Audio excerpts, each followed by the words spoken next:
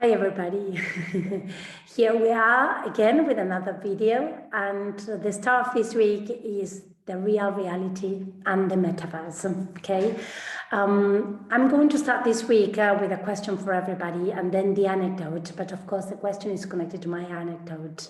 And the question could be, try to think of a place, an event or a situation in your life in which you permanently go back because you felt very well in that situation, that event, that circumstance, that place, okay? A place where you felt serene, where you were in peace with everybody, everything that was surrounding you, everybody that was close to you, and with yourself, of course. And for me, that place or that moment is connected to the two pictures that I have here. I grew up Catholic. My mother sent me to a, to a Catholic school, and twice a year we used to go to spiritual retreat, okay? And the best moment during those 2 or 3 days that we went in those spiritual retreats were when one of the sisters told us, well, grab a pen, grab a piece of paper, go and choose a tree. It was exactly one of these trees, because this is, I went and looked for a photo of that place, and stay there under that tree, thinking. Think, okay? You spend 10 minutes, 15 minutes, 20 minutes thinking, and you can take notes about whatever comes to your mind. And that was it, okay? But it was taking time at the age of 8, 9, 10, 14, 15, 16. We did it until the end of the school. And it was a perfect moment because that was the possibility to connect, okay? And to connect to all types of realities, okay?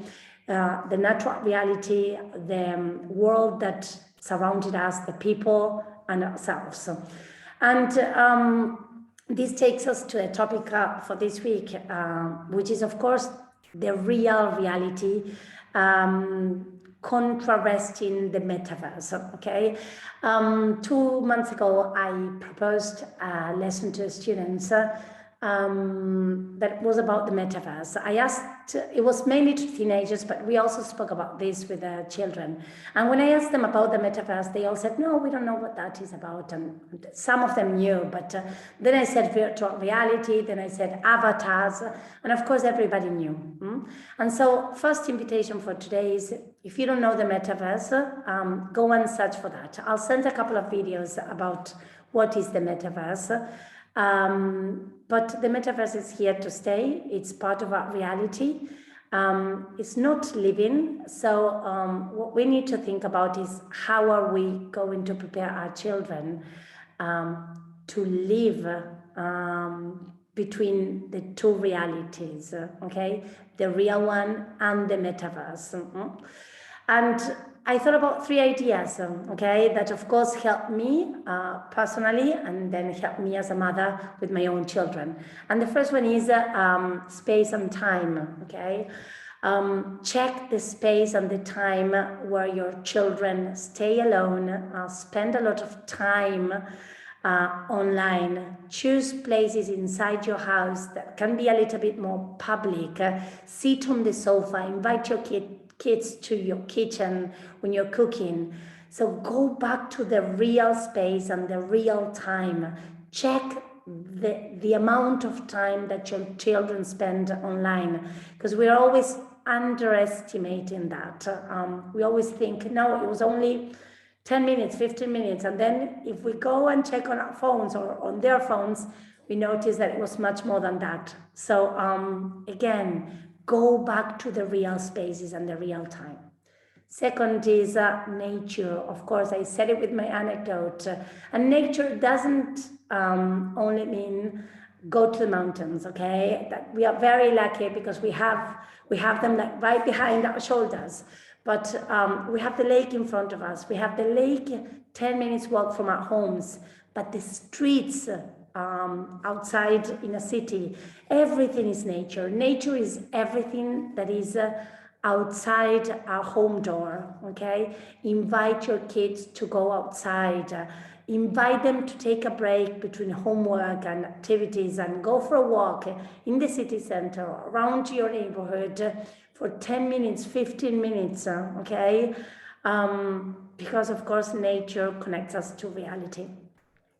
And then insist with your kids that they really exercise and perform and research about their inner interest, and that can be anything, okay? Mine is of course cooking and riding my bicycle and going for a walk and traveling and reading, but each of us has that one interest that connects us with reality. When the students come here to the school and I ask them how was their day, it's always terrible. It was always a terrible morning. But if I start asking them, so are you having training, sport training this afternoon, or are you doing any special activity after you're having your English lessons, or are you going directly home, or are you riding a bicycle, are you listening to music?